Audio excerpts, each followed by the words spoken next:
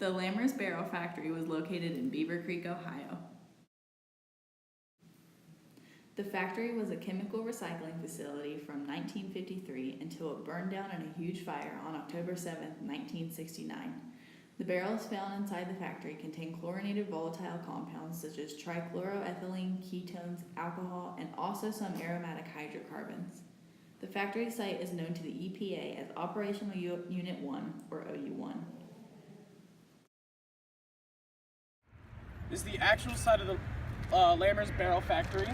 As you can see, there's no longer an actual factory here anymore.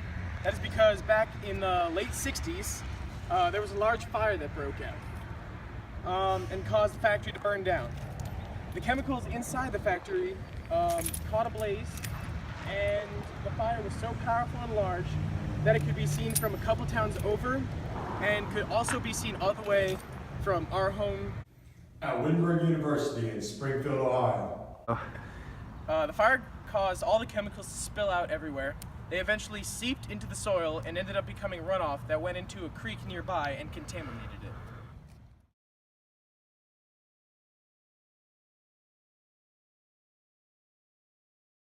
In 1985, 16 years after the fire, contaminants were found on not only the property where the factory was located, but also in Little Beaver Creek that flowed through the factory location. The creek flows for 36 miles through Ohio and is the main concern of the EPA currently.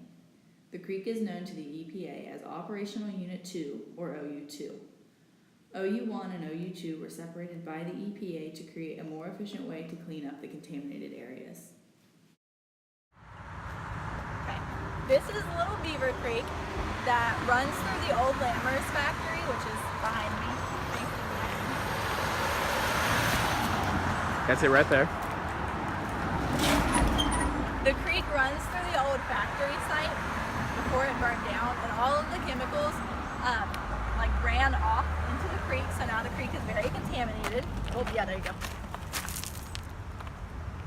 Disgusting creek. Okay, the EPA is really concerned about this part of the site in general because it has most of the contaminants in it. The pipe, the little black pipe, you see that? Okay, that pipe runs through a lot of the newer homes that have been built, and it causes illnesses and a bunch of stuff that the EPA doesn't really want to worry about, but it's there. We've kind of looked into the creek and without touching it, and there aren't any living organisms in it because of all of the contaminants, but it smells really, really, really bad. Probably because of this gas pipe. Yeah, there we go. There's even a gas pipe. And then the other pipe that leads. And my keys. And keys. All right, now we're gonna go check out homes that are affected by the water.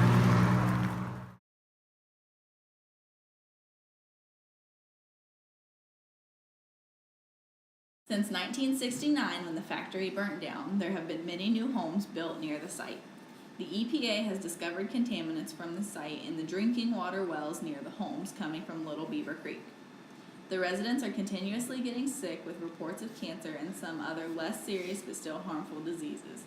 However, the EPA is refusing to run any tests to determine whether or not the illnesses are contaminant related. Assuming they are, the EPA is doing nothing to solve this problem. Go. With the EPA not doing much to clean up the factory, the residents are taking it upon themselves to speed up the process. The black pipes we saw in the creek run into these homes, and that's where they get their water supply from. The residents know that they are getting sick from the water, but the EPA refuses to do any testing because they say it is not of a main concern to them.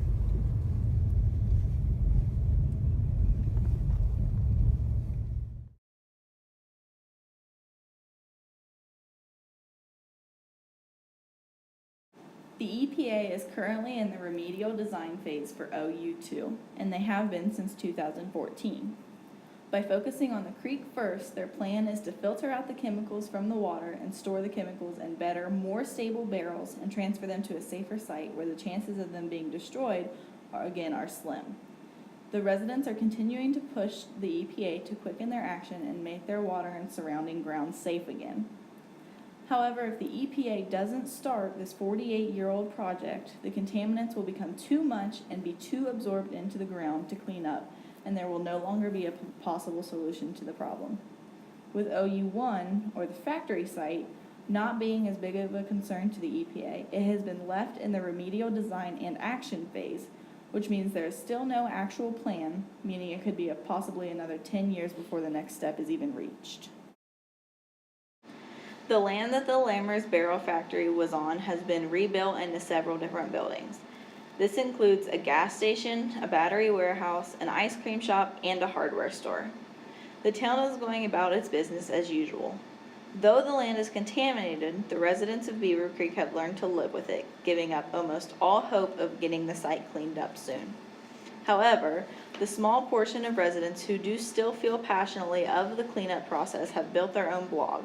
They talk about how many illnesses there have been since the contamination and videos of them speaking out against the EPA and their slow action of cleaning up the site. They are building it up through Cedarville University's website.